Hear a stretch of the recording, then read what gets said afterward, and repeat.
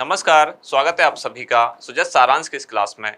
इस क्लास में हम पढ़ते हैं राजस्थान का करंट अफेयर्स, जिसका आधार होता है राजस्थान सरकार की सुजस पत्रिका। शुरुआत करते हैं हेडलाइंस के साथ। सरकार आपकी है, उम्मीदों पर खरा उतरेगी, ऐसा मुख्यमंत्री ने कहा। मुख्यमंत्री लगातार अलग अलग लोगों से मिल रहे हैं। साथ ही इसमें इन योजनाओं की जानकारी दी गई जो राजस्थान में अभी शुरू हुई है। जैसे कि सबसे पहले राजस्थान में अब सबसे सस्ता गैस सिलेंडर यानी कि 450 रुपए में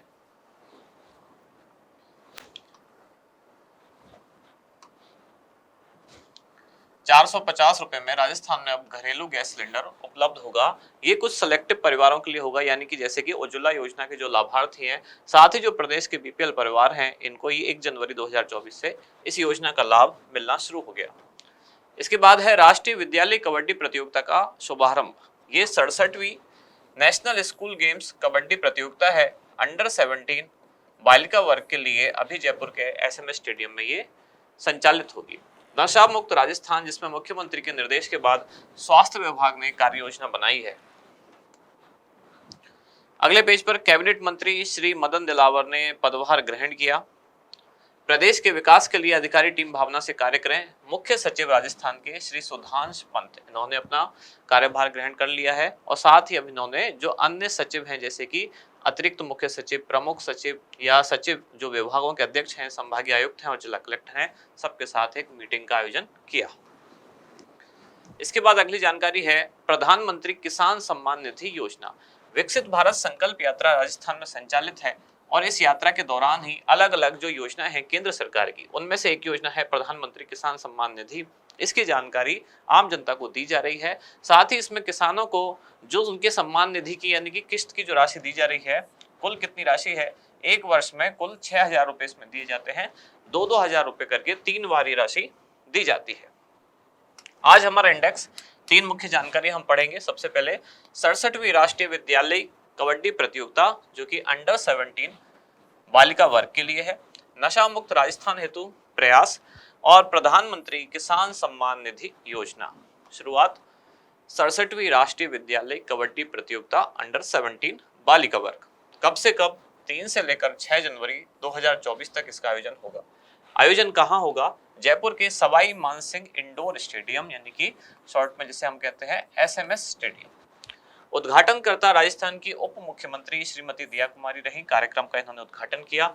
इसमें देश भर से लगभग 29 टीम शामिल हुई, लगभग नहीं 29 टीम शामिल हुई, जिनमें 348 छात्राएं और 87 उनके साथ ऑफिशियल इसमें शामिल है, यानी कि उनके साथ आने वाले जो अधिकारी कर्मचारी वगैरह। फिर है नशा मुक्त राजस्थान हेतु प्रयास। अभी अभी मुख्यमंत्री ने एक मीटिंग ली स्वास्थ्य विभाग के साथ और उन अधिकारियों को, यानी कि स्वास्थ्य एवं चिकित्सा विभाग के जो अधिकारी हैं, उनको आवश्यक निर्देश दिए कि राजस्थान को नशा मुक्त कैसे किया जा सकता है। अब इसके बारे में जो चिकित्सा एवं स्वास्थ्य विभाग के अधिकारी हैं, उन्होंने अपनी कुछ प्रक्रिया बैठक के बाद शुरू की, जिसमें जैसे कि पुलिस और औषधि नियंत्रण विभाग के जो अधिकारी हैं, ये एनडीपीएस दवाओं की अवैध बिक्री के विरुद्ध एक सख्त कार्रवाई सुनिश्चित करेंगे। अब इसमें क्या क्या वो काम करेंगे वो जानकारी दी गई है। जैसे कि लाइसेंस धारी जो थोक एवं खुदरा दवा विक्रेता, थोक विक्रेता यानी होलसेलर, खुदरा यानी कि रिटेलर, इनको एनडीपीएस दवाओं की बिक्री की प्रभावी मॉनिटरिंग की जाएगी। साथ ही यदि कोई मनश्चिकित्सक, अब यहाँ ये शब्द लिखा हुआ है मनश्चिकित्सक, आपने ज्यादातर पढ़ा होगा मनोचिकित्सक।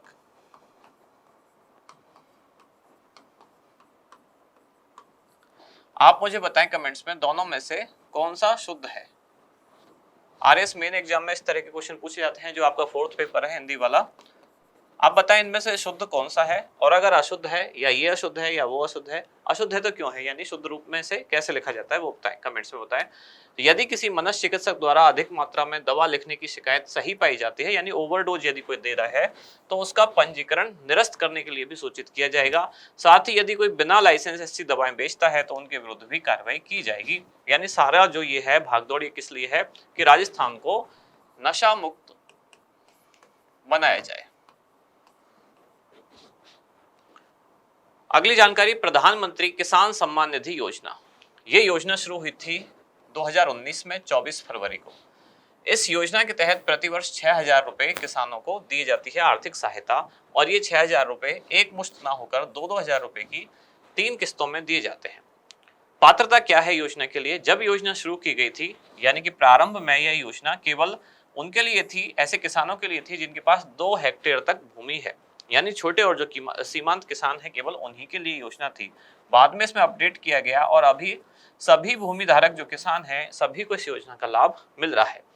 इस योजना का संचालन कृषि और किसान कल्याण मंत्रालय भारत सरकार के द्वारा किया जाता है, यानी केंद्र सरकार द्वारा संचालित ये योजना है। अब राजस्थान में चल रही है एक, राजस्थान सहित 5 जो राज्य हैं उनमें संचालित है एक विकसित भारत संकल्प यात्रा, जिसका उद्देश्य है भारत को विकसित करना।